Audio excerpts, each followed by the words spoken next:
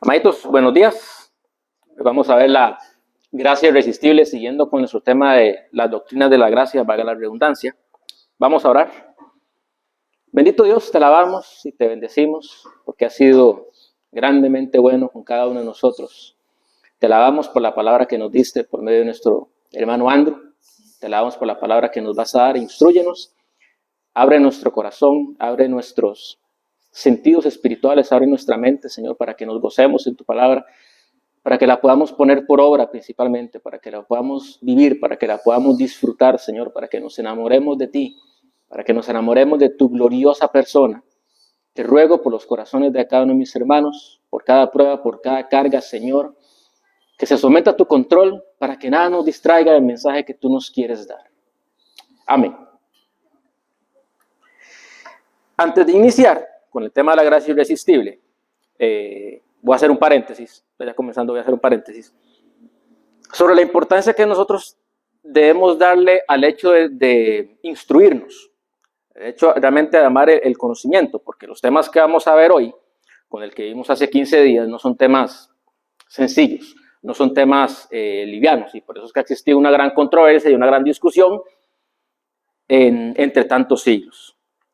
Nosotros a veces vemos la educación como un mero elemento utilitario, ¿verdad?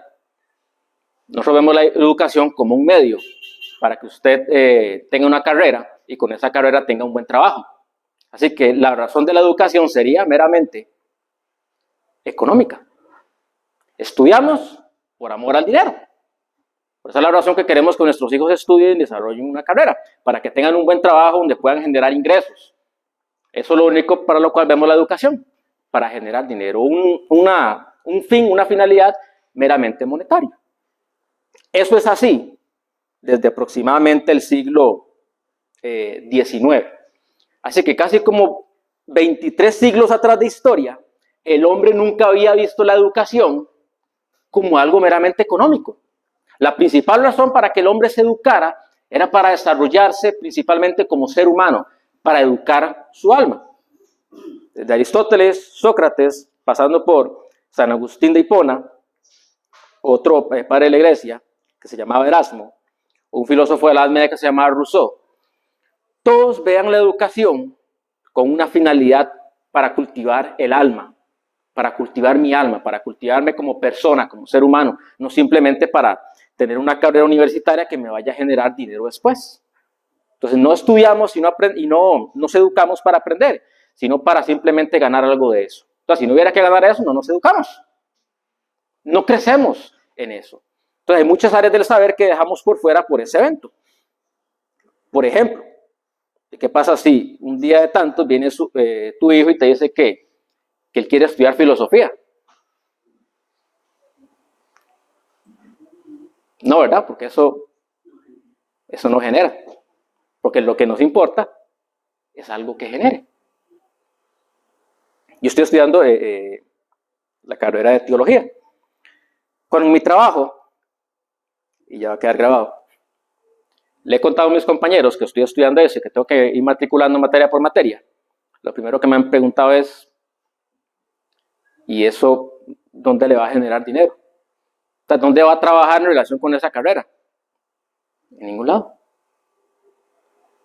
¿Y qué? Porque es que no es el hecho de. Cuando nosotros trabajamos por un salario nos volvemos esclavos de mamón.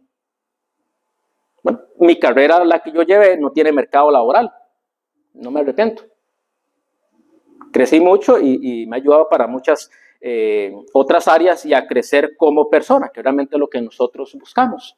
Entonces, si rechazamos todo ese tipo de conocimiento, ¿cuánto más el conocimiento teológico? Al parecer, solo los pastores o los que predican tienen que estudiar teología, porque solo a ellos les sirve de alguna manera. Y no es eso. Cualquier cosa que nosotros estudiemos debería ser para cultivar el alma, no para cultivar el bolsillo. Y deberíamos enseñarle eso a nuestros hijos para que valoren el conocimiento y el aprendizaje, no como un medio económico. Y no quiere decir que mi hijo no pueda estudiar una ingeniería, que evidentemente de alguna manera va a generar un mercado laboral. No, sino que no lo vea como un medio para generar dinero, sino como un medio para generar conocimiento. Porque una vez que termine la carrera, ahí se queda, ahí nos quedamos, no queremos aprender más. Lo terrible es que y ya cierro con este paréntesis, como dicen las hipótesis que va todo este proceso de la inteligencia artificial, van a haber muchas profesiones que no van a requerir que las personas las desarrollen. De tal manera que el sistema mundial va a desarrollar lo que se conoce como un salario común universal. Entonces, estas personas que ya no van a desempeñar su carrera, se les va a dar una especie de salario mínimo para que simplemente vivan. Y entonces, como ya no necesitan la educación para conseguir un trabajo, ¿para qué van a querer educarse? El sistema los va a tener estupidizados como los tiene ahora con YouTube, TikTok, Instagram y con todas las redes sociales. Con Netflix, con Amazon Prime, con HBO Plus, con lo que sea. Estupidizados totalmente con eso para que la persona no piense. ¿Okay? ¿Sabe por qué los romanos tenían el Coliseo? Para entretener al pueblo. Porque un pueblo entretenido no piensa, no se queja, no hace política. No es lo mismo ahora con los estadios. No es lo mismo ahora con el fútbol.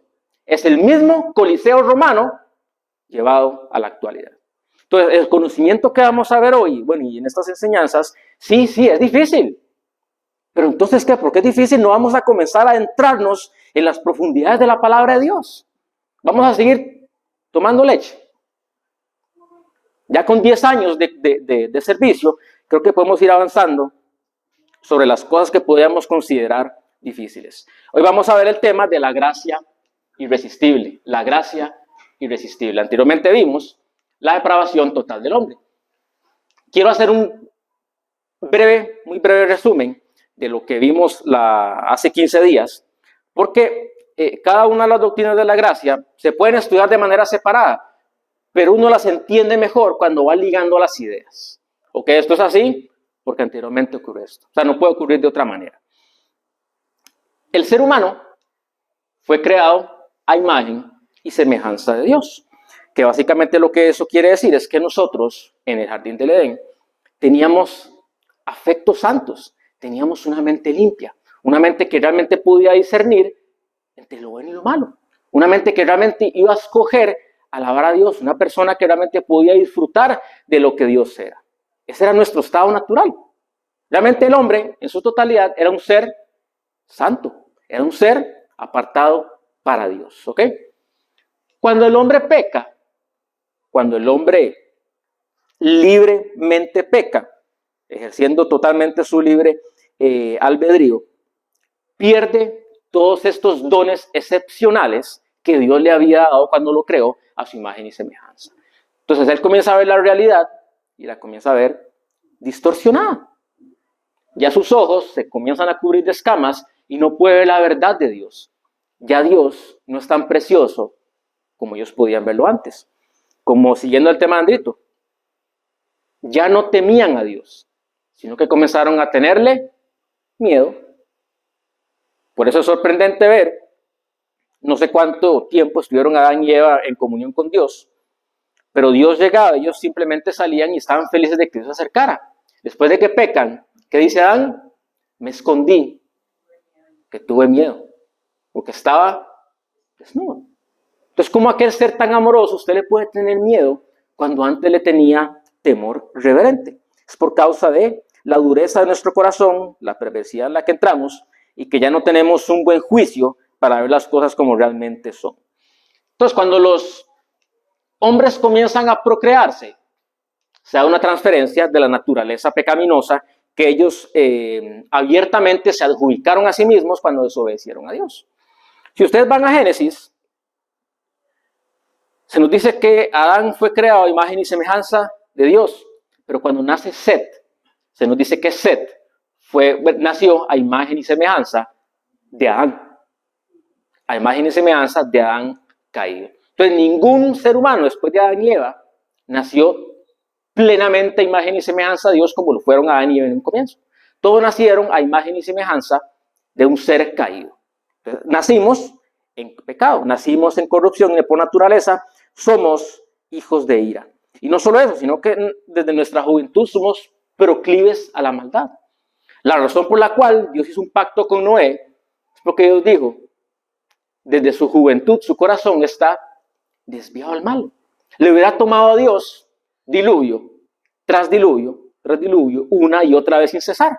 Porque la maldad, si en aquel tiempo la maldad llegaba hasta el trono, imagínense ahora. Cuando hay más personas y más tiempo y más oportunidades para hacer lo que a Dios le desagrada, ¿verdad? Entonces de esto se sigue que el hombre tiene una incapacidad natural para redimirse a sí mismo. El hombre naturalmente no puede hacer nada delante del Señor, porque su pecado se le impide. Lo único que él es delante de Dios es un hijo de ira. Entonces la raíz de nuestro problema delante del Señor es nuestra naturaleza pecaminosa que nos impide buscar genuinamente a Dios, que nos impide ganarnos la salvación, que nos impide realizar las acciones que Dios exige para que nosotros entremos al reino de los cielos. Porque sí, de alguna manera, si lo analizamos, la salvación es por obras. ¿Cuál obra? De no pecar nunca en la vida y hacer toda la justicia que Dios demanda. ¿Quién puede hacer eso? Yo creo que, no creo, es así. El único hombre que entró al cielo por sus propias obras ha sido nuestro Señor Jesucristo. Si Él no nos considera esa justicia perfecta, nosotros nunca podríamos ingresar al reino de los cielos. Así que totalmente la salvación le pertenece al Señor. Entonces, de esto se sigue lógicamente que si el hombre en su estado natural no puede hacer nada para salvarse, una fuente externa tiene que venir para salvarlo a él, ¿correcto? Si yo no puedo hacer nada por mi salvación, porque ni siquiera no es que no pueda hacer nada, es que no quiero hacerlo, tiene que venir una fuerza que sobrepase esa negatividad mía para que yo pueda ser salvo. Si no hay una fuerza externa, yo no quiero ser salvo y no lo voy a hacer. Esto es importante cuando uno lo analiza. Yo creo que ninguno de nosotros, cuando hablamos acerca de nuestra salvación o de nuestro estado en Cristo, nos adjudicamos ninguna responsabilidad en ser salvos. Yo creo que ningún cristiano en su sano juicio se adjudica nada de la salvación en él. Nosotros siempre decimos, Dios me salvó.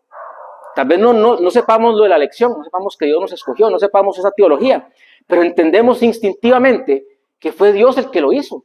No entiendo cómo, pero sé que un día yo lo rechazaba y al día siguiente, comencé a amarlo, comencé a seguirlo. Es algo que simplemente lo sé aunque no sepa explicarlo. Realmente ningún cristiano en su sano juicio va a llegar al trono de Dios y decir que Dios me salvó porque fue más inteligente al escoger a Dios. O porque en algún punto llegó a tal espiritualidad que se le abrieron los ojos y pudo escoger a Jesucristo y rechazar el infierno. No, todos nosotros de manera instintiva sabemos que Dios nos rescató sin que nosotros hiciéramos nada. Por eso la gracia es un regalo de Dios y es irresistible. ¿Qué tan resistible es la gracia? Vamos a ver estos pasajes. Hechos 7:51.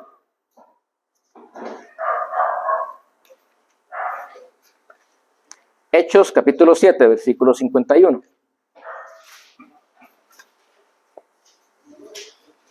Porque el tema se llama gracia irresistible. Pero también en nuestro diario vivir sabemos que a veces nosotros mismos pasamos resistiendo a Dios. Hechos 7:51. Duros de cerviz e incircuncisos de corazón y de oídos, vosotros resistís siempre al Espíritu Santo, como vuestros padres, así también vosotros. ¿Okay? Entonces se puede resistir al Espíritu Santo. Vamos a Efesios 4:13. Se puede resistir al Espíritu Santo. Efesios capítulo 4, versículo 13.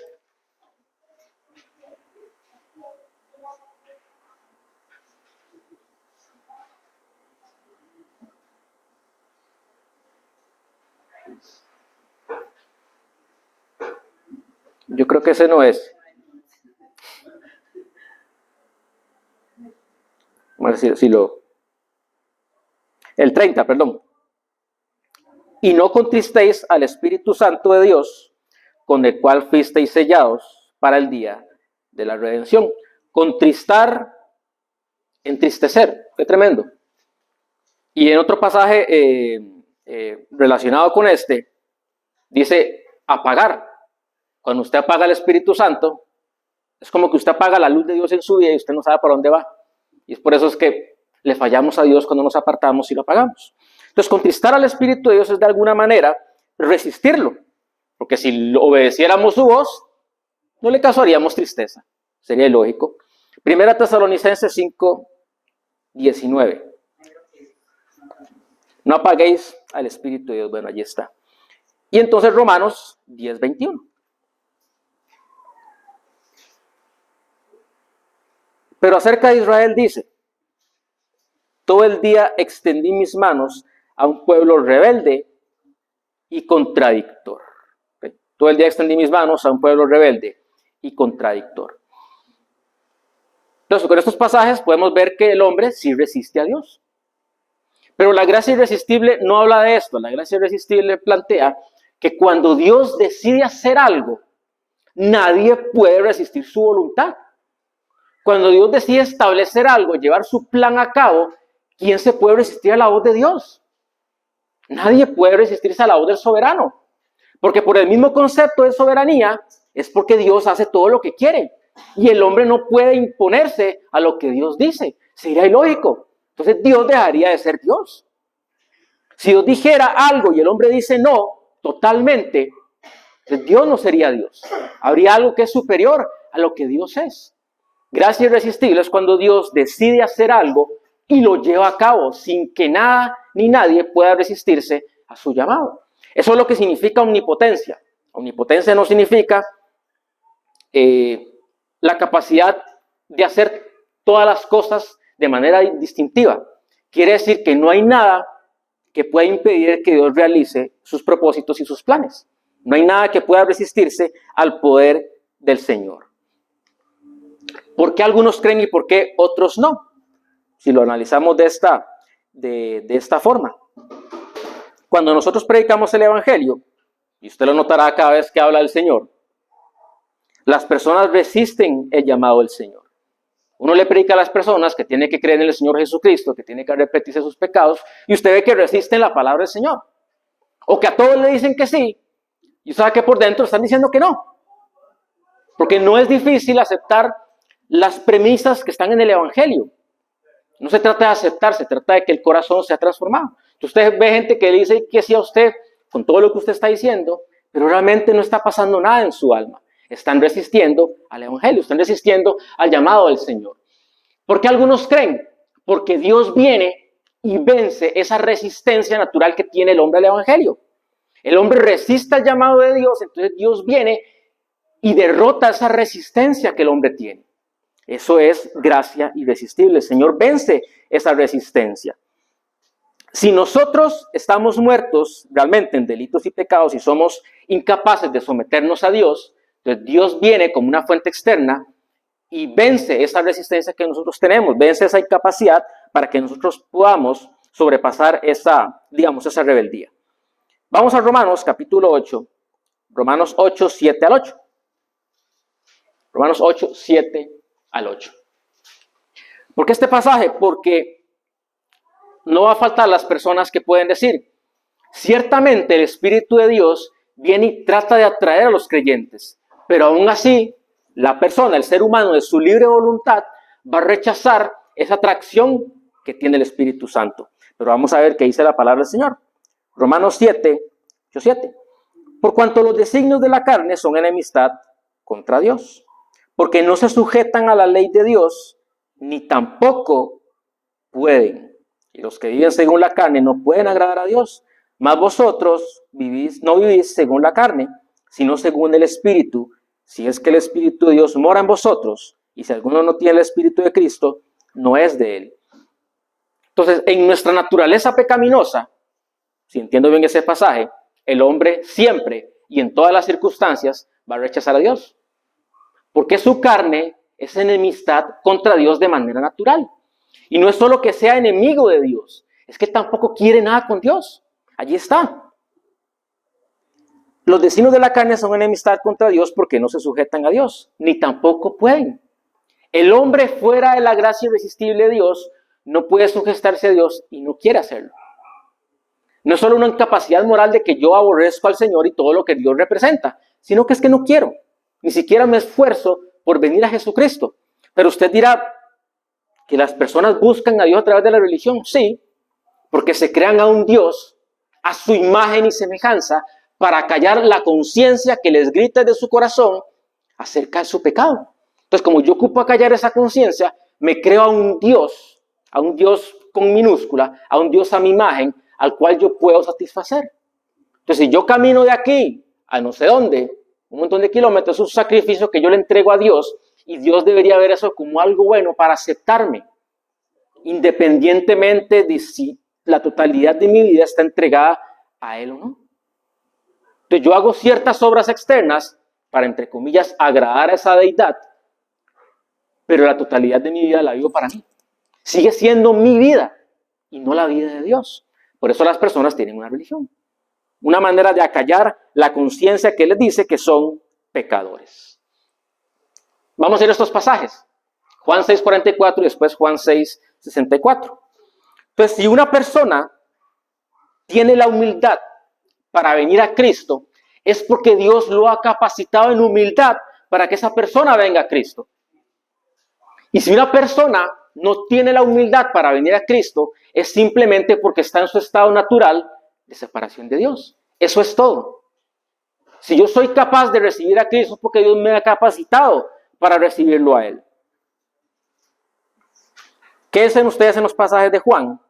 Y yo les voy a leer un pasaje condicional en 2 de Crónicas 30 del 6 al 12.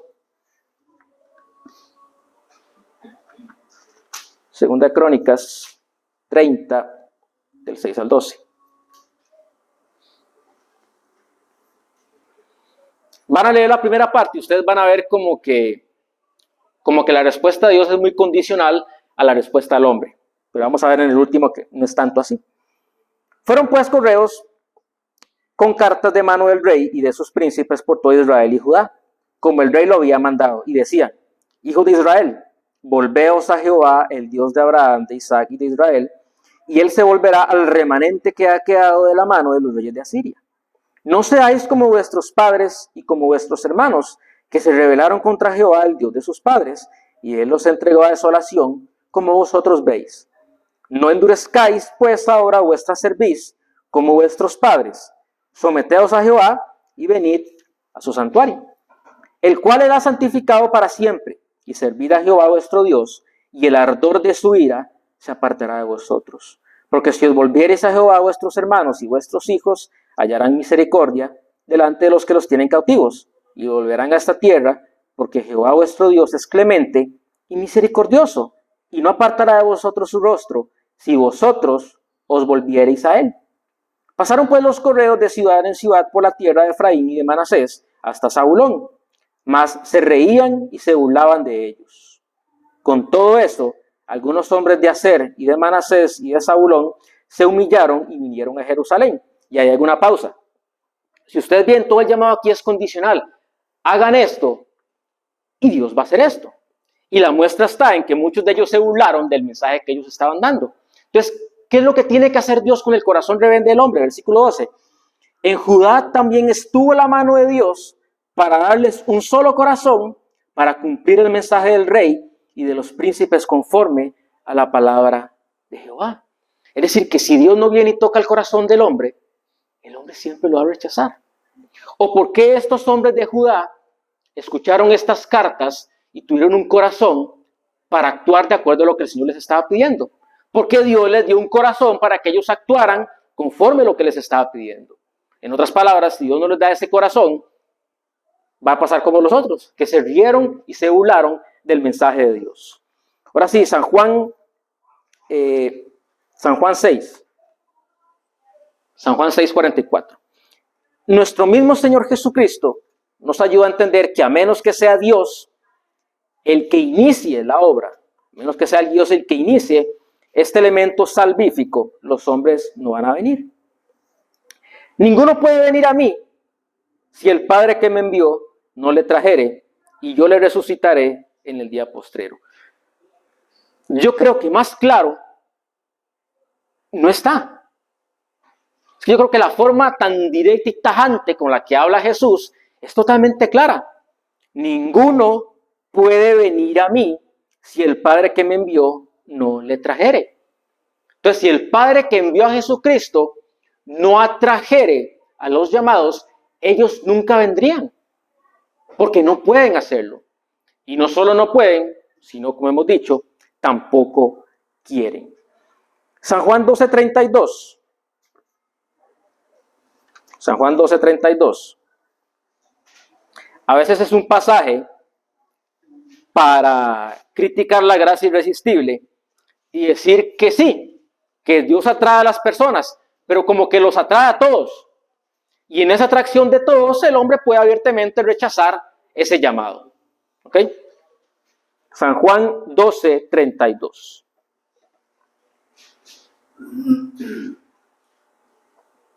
Dice, y yo, si fuere levantado de la tierra, a todos atraeré a mí mismo. Ese todos no significa todos sin excepción, sino todos sin distinción. ¿Se entiende la diferencia? Sin excepción significa todas y cada una de las personas que existen en el mundo, o en la historia, o en el tiempo. Todos sin distinción es sin hacer distinción de raza, de sexo, es decir, de toda tribu, lengua y nación. Dios va a traer personas a la salvación de todo el mundo, pero no quiere decir que los atraiga a todos de la misma manera. ¿Ok? Este todo no implica esa amplitud total del término, sino todos sin distinción. No se refiere a todo el mundo sin excepción, sino a todos los hijos de Dios que el Señor ha llamado. ¿Y saben por qué este quiere decir así? Devuelvas un poquito a San Juan, el capítulo 11. Capítulo 11, una página atrás, los versículos 50-52. Porque la Biblia, lo hermoso de la palabra de Dios, es que ella se interpreta a sí misma. Tal vez uno hace un trabajo de interpretación, pero lo único que hace es repetir lo que la Biblia ya dice y apoyarse en eso de una manera más lógica. Aquí Caifás, tocado por el Señor, está haciendo una profecía en relación con la muerte de Jesucristo. Dije 50-52. Voy a leer del 49 para que agarremos contexto. Entonces Caifás, uno de ellos, un sacerdote aquel año, les dijo, vosotros no sabéis nada, ni pensáis que nos conviene que un hombre muera por el pueblo y no que toda la nación perezca. Esto no lo dijo por sí mismo, sino que como era el sumo sacerdote aquel año, profetizó que Jesús había de morir por la nación. Y no solamente por la nación, sino también para congregar en uno a los hijos de Dios que estaban dispersos. ¿Quiénes son los hijos de Dios que están dispersos? Nosotros, los gentiles. Y ya los llama hijos de Dios. Y ni siquiera habíamos nacido. Y el Señor ya está hablando aquí que con su muerte Él iba a congregar en uno a todos sus hijos. ¿Por qué? Porque Dios conoce quiénes son sus hijos desde antes de la fundación del mundo.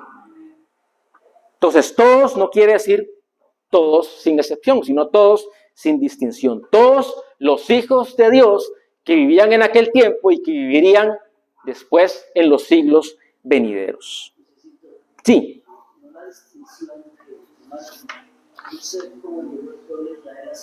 Uh-huh. La distinción entre precisamente el pueblo de Israel y el pueblo, todas las otras naciones que ellos sí, vamos, se dejaron a Dios para sí mismos. Y al dejarse a Dios para sí mismos, se dejaron todas las bendiciones de Dios solo para ellos, ¿verdad? Lo cual es ilógico, porque si solo existe un Dios, es el mismo Dios para todos. Que de la misma manera que Dios salva a unos, va a salvar a la totalidad. ¿Okay? Somos atraídos por el Padre hacia el Hijo. Eso es un llamado irresistible, porque cuando el Padre atrae a los que ella eligió de antemano, esos que Él eligió de antemano van a venir. ¿Okay? Leamos San Juan 6:37. San Juan 6:37.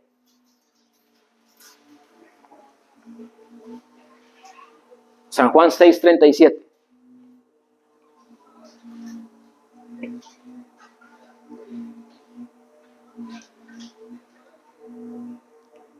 Todo lo que el Padre me da, vendrá a mí. Y al que a mí viene, no le echo fuera. Todo lo que el Padre vendrá a mí. O sea, no es opcional, es un hecho que va a ocurrir.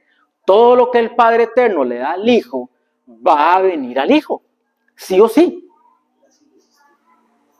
Es un llamado irresistible. Y ahorita lo vamos a ver, porque yo siento que tal vez lo que usted está pensando es que como que Dios me está obligando, ¿verdad? Yo sabía que, pero ahorita vamos a ver que no es así. Se siente que es como así, pero no es así. Es un llamado irresistible. Quiero que lo cotejemos con, igual ahí en el mismo capítulo 6, pero los versículos 64 y 65.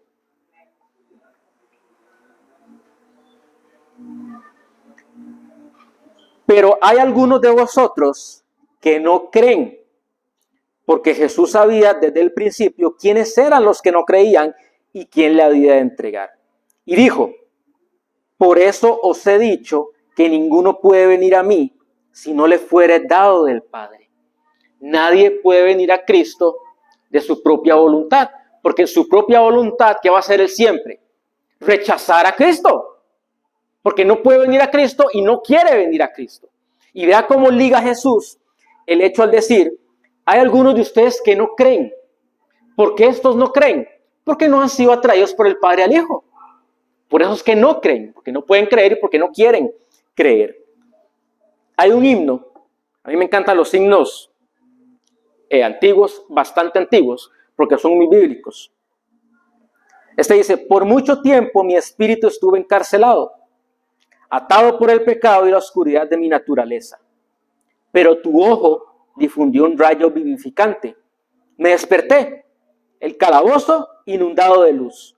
Mis cadenas se cayeron, mi corazón estaba libre. Me levanté, salí y te seguí. Esa es la respuesta natural de una persona cuyo corazón ha sido alumbrado por la luz vivificante del Espíritu de Dios. Se va a levantar y lo va a seguir. Y ahorita ya vamos a ver eso. Téngame paciencia. A pesar de que la gracia es irresistible, nosotros vemos en la palabra de Dios que hay requisitos para la salvación. Que hay requisitos que Dios plantea. En 2 Timoteo 2, 24, 25, vamos a leerlo. Nos habla acerca de una de las condiciones que es el arrepentimiento. El arrepentimiento. 2 Timoteo 2, 24.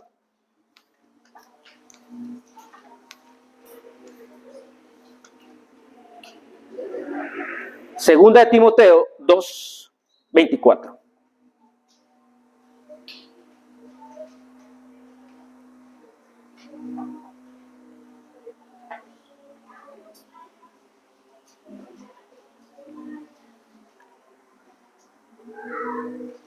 Pablo aquí le está hablando a Timoteo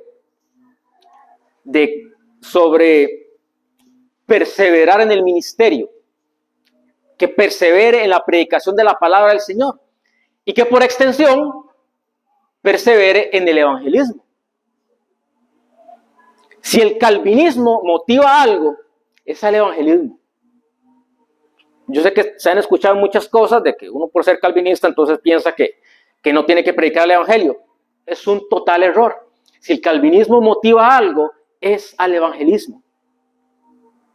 Porque el siervo del Señor no debe ser contencioso, sino amable para con todos, apto para enseñar, sufrido, que con mansedumbre corrija a los que se oponen. ¿Por qué motivo? Por si quizá Dios les conceda que se arrepientan para conocer la verdad. Entonces, el arrepentimiento es algo que Dios concede a los hombres pecadores para que ellos puedan conocer la verdad. Si no se les concede arrepentimiento, no van a conocer la verdad. Efesios 2, 8, 10. La otra parte de esta fórmula, de esta condición íntimamente ligadas, fe y arrepentimiento, fe y arrepentimiento. Efesios 2:8.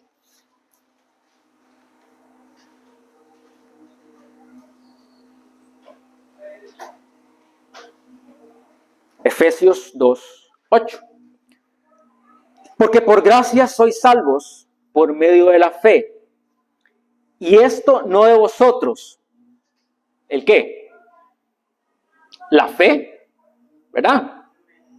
Porque por gracia sois salvos por medio de la fe. Y esto, la fe, no de vosotros, pues es don de Dios. La fe es un don de Dios. Así como el arrepentimiento, la fe son regalos de Dios para que el hombre pueda ejercerlos y creer en el Señor Jesucristo y volverse a Él.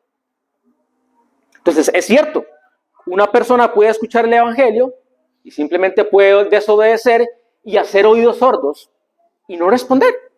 De hecho, eso es lo que más ocurre. De hecho, si entendemos la palabra del sembrador, pues una de cada 4 personas va a ser oídos sordos. Puede ser oídos que escuchan por un tiempo, pero al final de cuentas van a rechazar al Señor. Eso es totalmente cierto.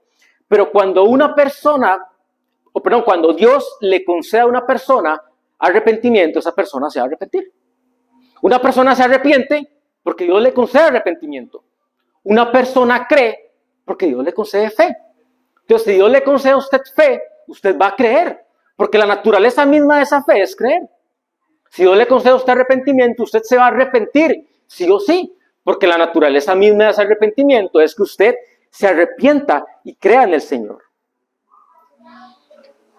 Esto no significa otra cosa sino nuevo nacimiento, que también nosotros lo describimos como conversión, que a veces no está mal, es una forma de hablar, pero teológicamente cuando uno dice que yo me convertí a Cristo, usted no se convirtió a Cristo.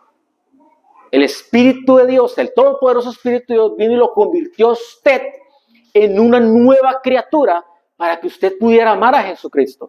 Pero ninguno de nosotros se convirtió. Nos convirtieron. No una iglesia ni un hombre, nos convirtió el Dios soberano. Vean tan simple como dice la palabra de Dios en Juan 1:12. Pasaje conocido. Mas a todos los que le recibieron, a los que creen en su nombre, les dio potestad de ser hechos hijos de Dios. Los cuales no son engendrados de sangre, ni de voluntad de carne, ni de voluntad de varón, sino de Dios. Así que no es la voluntad del hombre nacer de nuevo. No es la voluntad del hombre convertirse, porque el hombre no quiere, sino que es voluntad de Dios. Es la voluntad de Dios hacernos a nosotros nacer de nuevo para esta nueva esperanza, ¿ok? Entonces, Dios no solo se encarga en su providencia de que el Evangelio no sea predicado, porque el Evangelio tiene que ser predicado. Dios ha establecido que para la salvación de sus escogidos, ellos escuchen el Evangelio de Jesucristo. Por eso es tan importante que una persona escuche el Evangelio de Jesucristo. Por eso es tan importante predicar el Evangelio de Jesucristo. Si usted no predica el Evangelio de Jesucristo, esa persona no se va a salvar. Sí, exactamente, eso es lo que quiere decir. Eso es lo que, si usted no quiere predicar el Evangelio, Dios en su soberanía va a levantar a uno que si quiere ser usado por Dios y le va a ir a predicar el Evangelio a esa persona. Porque si Dios tiene destinado que esa persona salve, a esa persona le va a llegar el Evangelio. No sé cómo, pero Dios lo va a hacer, porque nada puede resistir la voluntad soberana de Dios. Si tiene que levantar un grupo que costee un viaje hasta lo último de la tierra, lo va a hacer, porque a Dios nada le impide ejercer su soberanía. Si Dios quiere salvar a cualquier persona, lo va a hacer con los medios que Él lo vaya a hacer. Eso motiva al evangelismo, totalmente. ¿Recuerdan cuando Pablo fue atacado en la ciudad de Efesios? Y el Espíritu de Dios le dice: Pablo, quédese ahí, siga predicando el Evangelio, porque allí todavía hay mucho pueblo que es mío. Todavía no conocen a Jesucristo, pero lo van a conocer cuando usted predique el Evangelio. Y cuando usted predique el Evangelio, ellos van a responder y van a venir, porque son mis ovejas, y que yo voy a traer de manera soberana. Por eso es tan importante que nosotros continuemos predicando el Evangelio, porque nosotros no tenemos ni idea de quiénes son los escogidos de Dios. Nadie lo sabe, solo Dios. Por eso predicamos como arminianos, creyendo que depende de nosotros, pero confiando como calvinistas, sabiendo que es la soberanía de Dios salvar a las personas. No depende de cómo digamos las cosas, no depende de nuestra sabiduría, no depende con cuánta inteligencia hablo, no depende de mi elocuencia. Depende del poder soberano de Dios de salvar. Entonces yo confío en que Dios salva. Y por eso abro mi boca. Si yo no confiara que Dios salva, entonces el Evangelio sería vergüenza. Pero Pablo dice, no me avergüenzo del Evangelio porque es poder de Dios para salvación de todo aquel que en él cree. Es un poder irresistible que el ser humano no puede rechazar. ¿Okay? Entonces Dios no solo obra soberanamente para que el Evangelio nos llegue, sino que también incide en lo profundo de la naturaleza del ser humano para que ese corazón cambie y ese corazón que estaba endurecido se ablande. Esos ojos que estaban ciegos se abran y esos oídos que no podían escuchar escuchen el llamado del Evangelio. ¿Okay? Dios obra todo eso. ¿Okay? Lo que les decía ahora de cómo nosotros podemos llegar a pensar de que esta gracia irresistible, es que si no la puedo resistir estoy viniendo en contra de mi voluntad. No es así. De hecho, al principio les dije que Adán y Eva tenían libre albedrío, de una forma que no lo tenemos nosotros. Pero siento que no es tan así, ya les explico por qué. Creo que el único ser que realmente tiene el libre albedrío absoluto es Dios. Porque Adán y Eva, su libre albedrío estaba condicionado por su naturaleza. Como ellos tenían una naturaleza santa, su libre albedrío iba encaminado de acuerdo a esa naturaleza. ¿Saben por qué nosotros pecamos? Porque tenemos una naturaleza pecaminosa. Entonces nuestro libre albedrío no es libre albedrío. Nuestra voluntad siempre va a estar condicionada por la naturaleza que tengamos. Si yo no estoy en Cristo, mi voluntad va a estar condicionada por mi naturaleza pecaminosa. Y por eso es que el hombre separado de Cristo practica el pecado y no le importa. Pero como ahora nosotros tenemos una nueva naturaleza, una naturaleza santa, mi voluntad va a estar condicionada por esa naturaleza santa. Y por eso, aunque es cierto, yo puedo pecar, ahora mi alma se duele, mi alma se aflige y yo me arrepiento y no practico el pecado y quiero con todo mi corazón caminar con Dios. ¿Ok? Entonces yo creo que ni ellos tenían una libre albedrío total. Porque ¿sí? Claramente que somos esclavos del pecado o esclavos de Cristo. La naturaleza, entendida de esa manera, condiciona la voluntad del ser humano. Sea que tenga una naturaleza pecaminosa, sea que tenga una naturaleza santa. La naturaleza siempre va a condicionar las acciones de. ¿Alguno ha pensado por qué los ángeles caídos no tienen salvación? Porque no tienen un redentor. O, en otras palabras, porque no tienen un sustituto.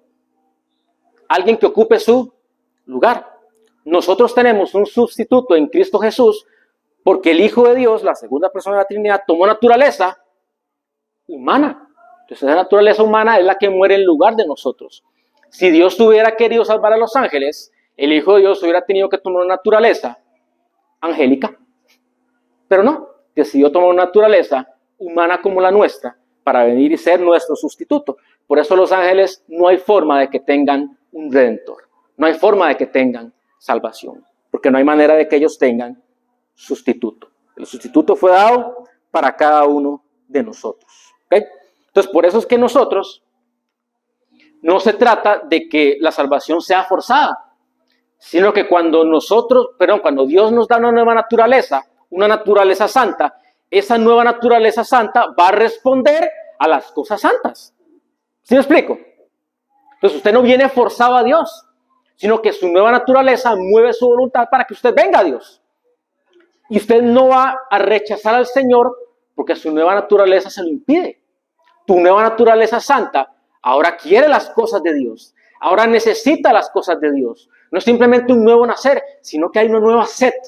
Hay una nueva necesidad de algo. Y esa nueva necesidad son por las cosas de Dios. Si usted no tiene necesidad por las cosas de Dios, puede ser que usted no tenga una naturaleza santa. Así es simple. Porque la naturaleza nueva, la naturaleza santa, se desvive por las cosas de Dios.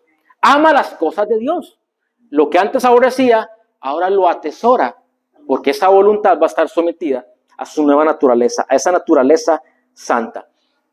Entonces, ese es el problema que tienen las personas con la gracia irresistible, que sienten que es una salvación forzada, que las personas sienten que están siendo arrastradas a Jesucristo en contra de su voluntad, que las personas quieren seguir caminando al infierno, Dios las atrae al cielo, ellos no quieren ir al cielo, quieren seguir en su camino. Entonces Dios está haciendo algo que yo no quiero. No es eso, no se trata de eso, no es que venimos a Cristo a regañadientes sin ningún deseo de. Sería una contradicción de términos, porque acciones como arrepentirse, creer y seguir a Cristo son acciones de la voluntad, de la libre voluntad del ser humano.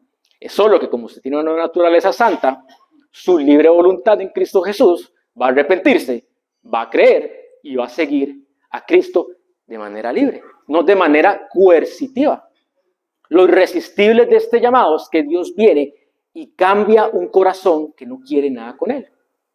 Un corazón que no quiere arrepentirse lo capacita para el arrepentimiento. Un corazón que no quería creer lo capacita para la fe. Un corazón que no quería obedecer lo capacita para la obediencia. Entonces no es nada forzado. La gracia de Dios no nos atrae en contra de nuestra voluntad, sino que nos capacita para que nuestra voluntad quiera las cosas de Dios. Así de sencillo. No es una coerción externa. No es como que Dios nos ata con cadenas y nos obliga a seguir al Señor y usted quiere seguirlo rechazando porque usted odia a Dios, pero de ahí no le quedó más remedio que entrar al reino de los cielos. Entonces usted va a pasar la eternidad ahí quejumbroso porque usted no quería estar allí, pero Dios lo obligó a adorarlo. A disgusto. No funciona así. Se trata de Dios crea nuevos deseos, Dios crea nuevos placeres, Dios crea nuevas metas, Dios crea un nuevo corazón que le ama. Por eso es que decimos categóricamente que ha sido atraído en esta serie de conceptos que nos estás explicando, ese nunca va a perder su salvación. No. No se puede. No, porque, vamos a ver, en el pasaje de Romanos que veíamos, dice que los deseos de la carne o que nuestra carne se oponen a la ley de Dios y no pueden obedecer a Dios porque tampoco quieren. Créame que si el Espíritu de Dios no estuviera manteniendo esta salvación todos los días, usted y yo ejerceríamos nuestra resistencia pecaminosa y nos apartaríamos de Él. Por eso Judas termina diciendo que Dios es poderoso para sostener nuestra salvación hasta el día de Jesucristo. Porque es Él el que la inició, es Él el que la sostiene y es Él el que la culmina. Todo es para la gloria del Señor. Todo lo hace realmente el Señor. ¿Ok? Entonces, por esto, evangelizar es tan importante. Por eso es tan compatible estas doctrinas con evangelizar. Porque nosotros sabemos que no depende del hombre, sino del Espíritu de Dios que convence de pecado, de justicia y de juicio.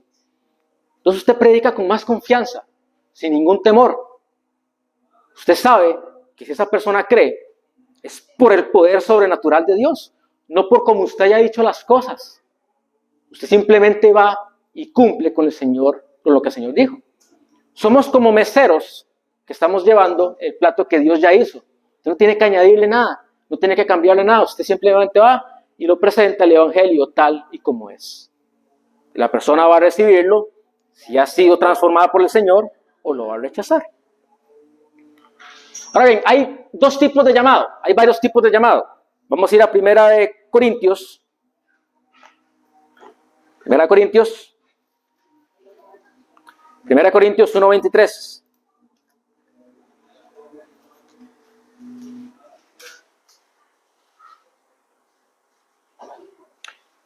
Creo que vamos bien de tiempo. 1 Corintios 1:23. Hay dos tipos de llamado.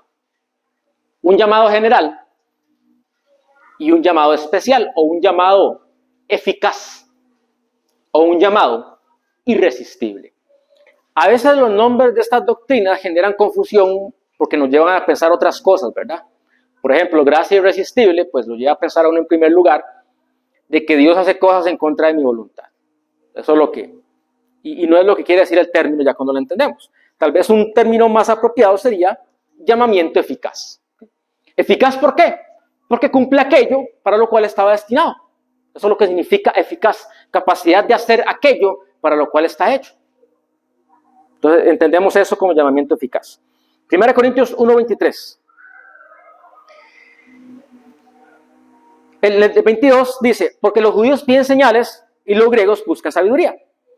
Pero nosotros predicamos a Cristo crucificado. Para los judíos ciertamente tropezadero y para los gentiles locura. ¿Ok?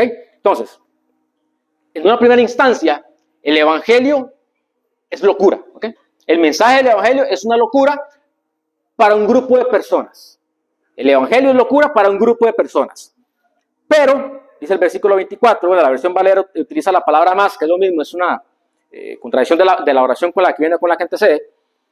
Más, para los llamados, así de judíos como de griegos, Cristo, poder de Dios y sabiduría de Dios. Entonces tenemos dos grupos.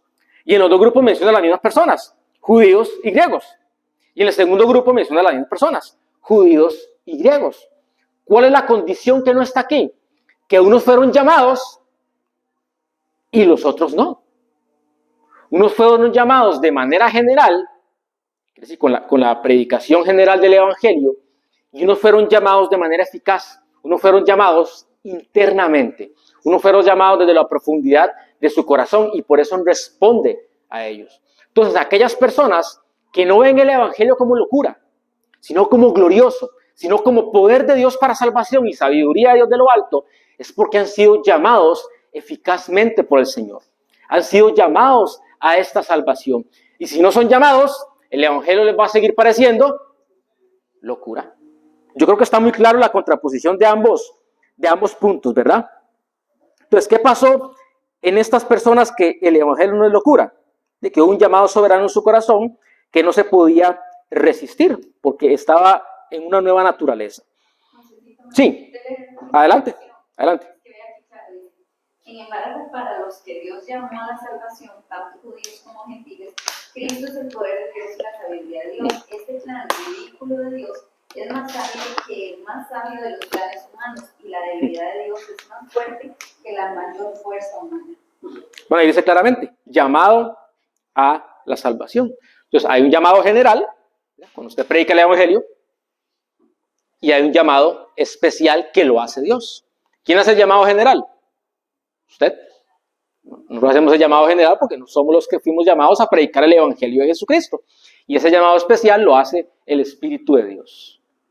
¿Por qué unas personas responden y otras no? Porque unas fueron llamadas y otras no. Cuando veamos el tema de la elección, porque también cuando predicamos esto, la idea es, bueno, es que me parece injusto. Me parece injusto que Dios llame a unos y a otros no. Usted no quiere justicia de Dios, créame. Si Dios le diera a usted justicia, todos estaríamos condenados al infierno. No queremos justicia de Dios, queremos misericordia de Dios. Porque la justicia de Dios dice que el que peque debe morir. El alma que pecare, esa morirá. No queremos justicia de Dios. Señor, dame justicia. Cuidado con lo que usted ore, cuidado con lo que pide. No es que se vaya a cumplir, pero me explico. Pero a veces cuando predicamos esto nos parece injusto que Dios llame a unos y a otros no. Pero pregúntese esto en primer lugar, porque Dios tiene que llamar a unos. Dios no tiene que llamar a nadie.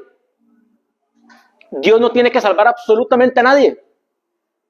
El hombre de su propia voluntad en el jardín del Edén desobedeció a Dios. Dios le puso una condición. Sea feliz con todo lo que hay aquí. Lo único que no tiene que hacer, porque yo soy el soberano, es no comer de aquel árbol. Nada más. Disfrute del 99.99% de todas las cosas que hay en la creación, excepto eso, porque yo soy el soberano. Y el hombre decidió que quería ese 0.01% en vez de todo lo demás. Entonces el hombre abiertamente y de su voluntad decidió desobedecer a Dios. Dios no tiene por qué salvarlo. No tiene. Si Dios no nos hubiera salvado, él seguiría siendo Dios, seguiría siendo glorioso, seguiría siendo todo lo que Dios es. Nuestra salvación no le añade atributos a Dios que Él ya no tuviera de la eternidad. ¿Me explico?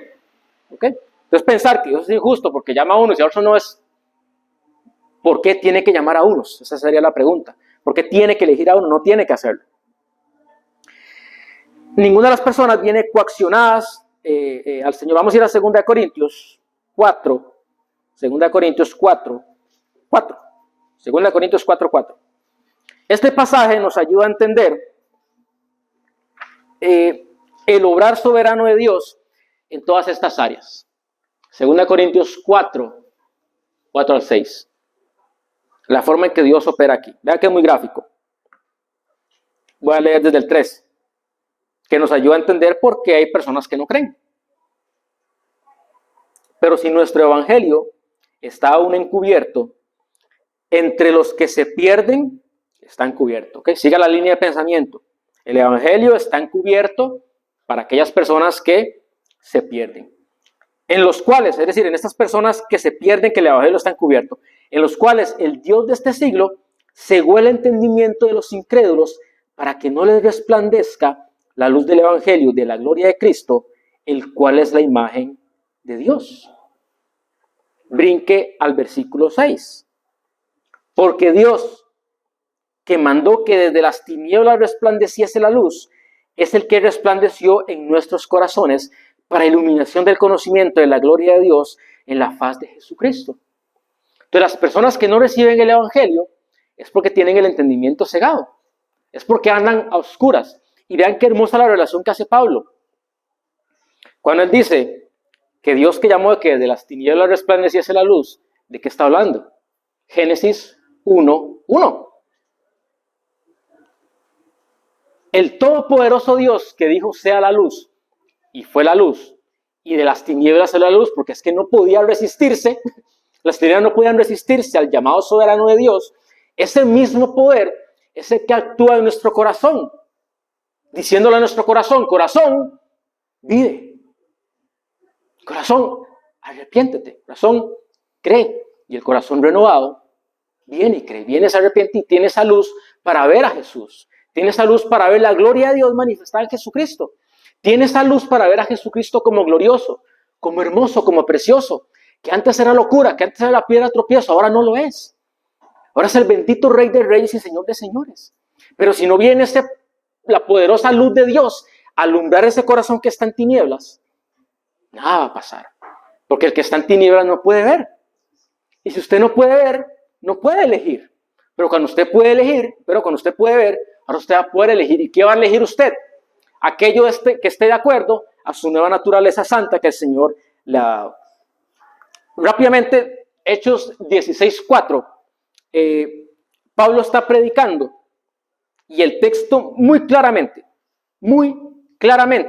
dice que hay una mujer que se llama Lidia y que el Espíritu de Dios le abrió el corazón para que pusiera atención, para que recibiera, para que escuchara las palabras que Pablo le estaba diciendo.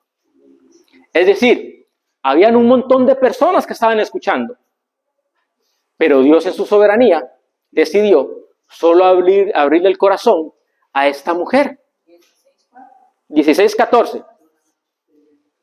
Entonces, cuando Dios le abre el corazón a Lidia, Lidia ya no solo escucha las palabras del evangelio, las recibe, porque es un corazón abierto donde el evangelio cae. No es un corazón de piedra donde el evangelio llega, choca y rebota. Es un corazón abierto que recibe esas palabras, esa buena noticia de que en Jesucristo hay salvación. Pero si Dios no abre el corazón de Lidia, ahí créanme que nada entra. Nada entra y nada cambia. Finalmente, así como la primera respuesta de un recién nacido es berrear y llorar, la respuesta de un hijo de Dios es creer y arrepentirse. Porque va a ser la respuesta natural, como él decía ahora, en razón de que tiene una nueva naturaleza santa, de que Dios lo ha hecho una nueva criatura. Es una nueva criatura que tiene nuevos afectos, que tiene nuevos deseos, que tiene un nuevo amor. Allí donde esté tu tesoro, estará tu corazón.